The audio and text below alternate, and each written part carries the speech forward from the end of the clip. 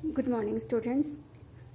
आज हम PRI party, जो कि मैक्सिको की एक पॉलिटिकल पार्टी थी, लंबे समय तक मैक्सिको में इस पॉलिटिकल पार्टी का अधिकार क्यों रहा, क्यों इस पॉलिटिकल पार्टी का राज रहा, इसकी डोमिनेंस के बारे में पढ़ेंगे।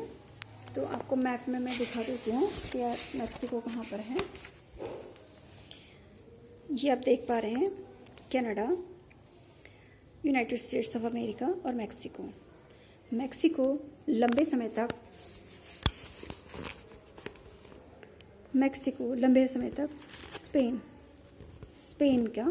स्पेन का गुलाम रहा।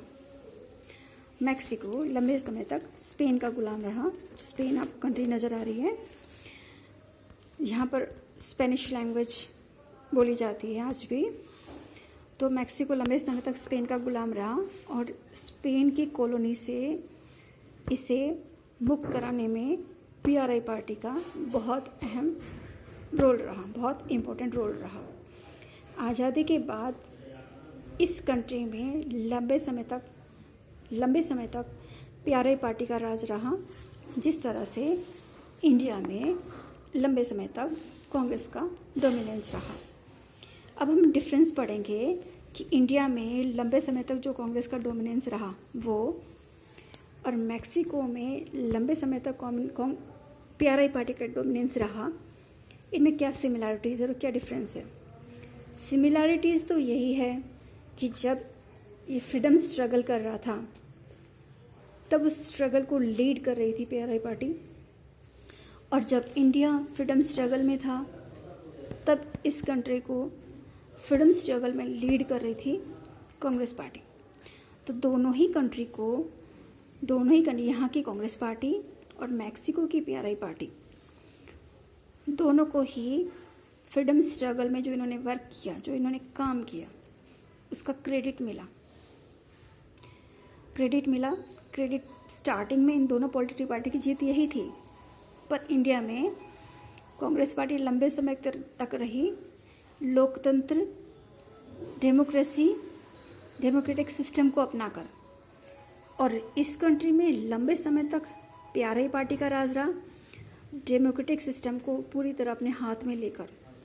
यहाँ पर पीआरआई पार्टी ने इलेक्शन को हर बार इलेक्शन जीतने के लिए हर गलत तरीके को अपनाया। इलेक्शन में धांधली करवाना, बूथ कैप्चरिंग कराना, बूथ चेंज करवाना, कोई भी तरीका, ये हर वो तरीका पीआरआई पार्टी जो मैक्सिको की थी वो हर वो तरीका अपनाती थी जिससे कि हर बार के इलेक्शन में पीआरआई पार्टी की जीत हो। इसी वजह से यहाँ की जनता को, यहाँ के जो सिटीजन्स हैं, उन्हें आज भी डेमोक्रेटिक सिस्टम पे या डेमोक्रेटिक इलेक्शन से जो नतीजे आते हैं उन पे आज भी भरोसा नहीं है। तो हम यही पढ़ेंगे कि पीआरआई पार्टी के डोमिनेंस का नेचर कैसा रहा। तो हम बुक से पढ़ते हैं बेटा। पीआरआई पार्टी, इसका नाम है इंस्टीट्यूशनल रिवोल्यूशनरी पार्टी। पीछे की तरफ से इसका नाम बोलेंगे आप, इंस्टीट्यूशनल रिवोल्यूशनरी पार्टी ने, स्पेनिश में इसे पीआरआई के नाम से जाना जाता है, मैक्सिको के तकरीबन 60 वर्षों तक शासन किया। इस पार्टी ने मैक्सिको में तकरीबन 60 ईयर्स तक रूल किया। इस पार्टी की स्थापना 1929 में हुई थी। तब इसे नेशनल रिवोल्यूशनरी पार्टी के नाम से जाना जाता था। जब 1929 में इस पार्टी की स्थापना हुई तब इसे नेशनल रिवोल्यूशनरी पार्टी के नाम से जाना जाता था। इसे मैक्सिकन क्रांति, जो हमने पढ़ा था, मैक्सिको की आज़ादी के लिए जो क्रांति हुई थी, इसे मैक्सिकन क्रांति की विरासत प्राप्त थी। मूल रूप से पीआरआई के में राजनेता थे, सैनिक नेता थे, जो सेना के नेता थे वो थे, मजदूरों के नेता, किसान संगठन और अनेक राजनीतिक दलों सहित कई किस्म के हितों का संगठन था। पीआरआई पार्टी भी एक तरह से बहुत बड़ी ऑर्गेनाइजेशन, बहुत बड़ा गठबंधन था।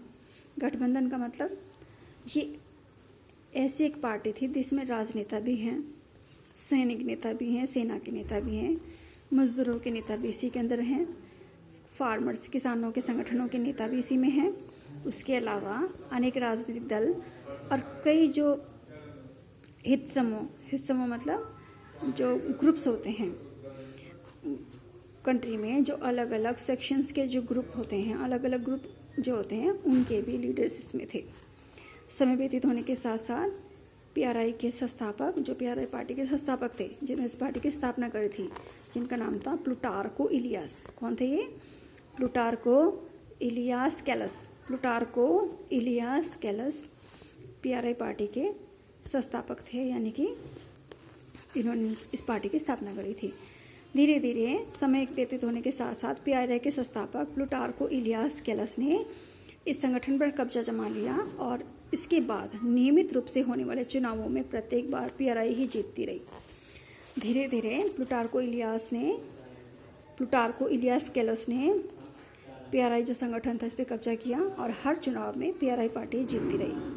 अन्य पार्टियां, देश की जो अदर पॉलिटिकल पार्टीज थी, वो सिर्फ नाम मात्र की थी, ताकि शासक दल को यानी कि वैधता मिलती रहे। कहने का मतलब देश में और भी पॉलिटिकल पार्टी हैं, पर वो जीत नहीं सकती। क्यों नहीं जीत सकती?